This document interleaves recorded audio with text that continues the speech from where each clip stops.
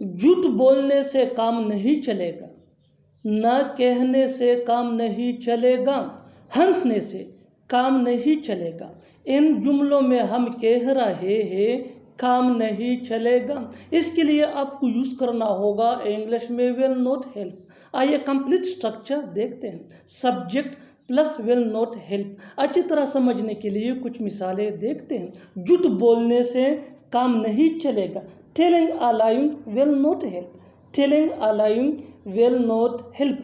न कहने से काम नहीं चलेगा। Saying no will not help. Saying no will not help.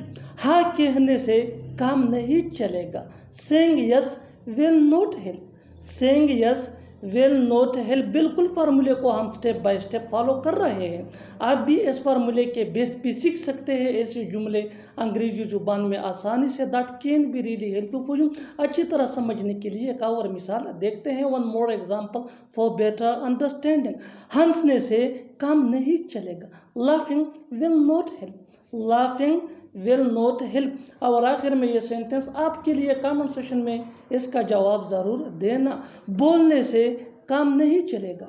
बोलने से काम नहीं चलेगा। Subscribe to English PS for more advance English sentence structure. Thanks ma'am.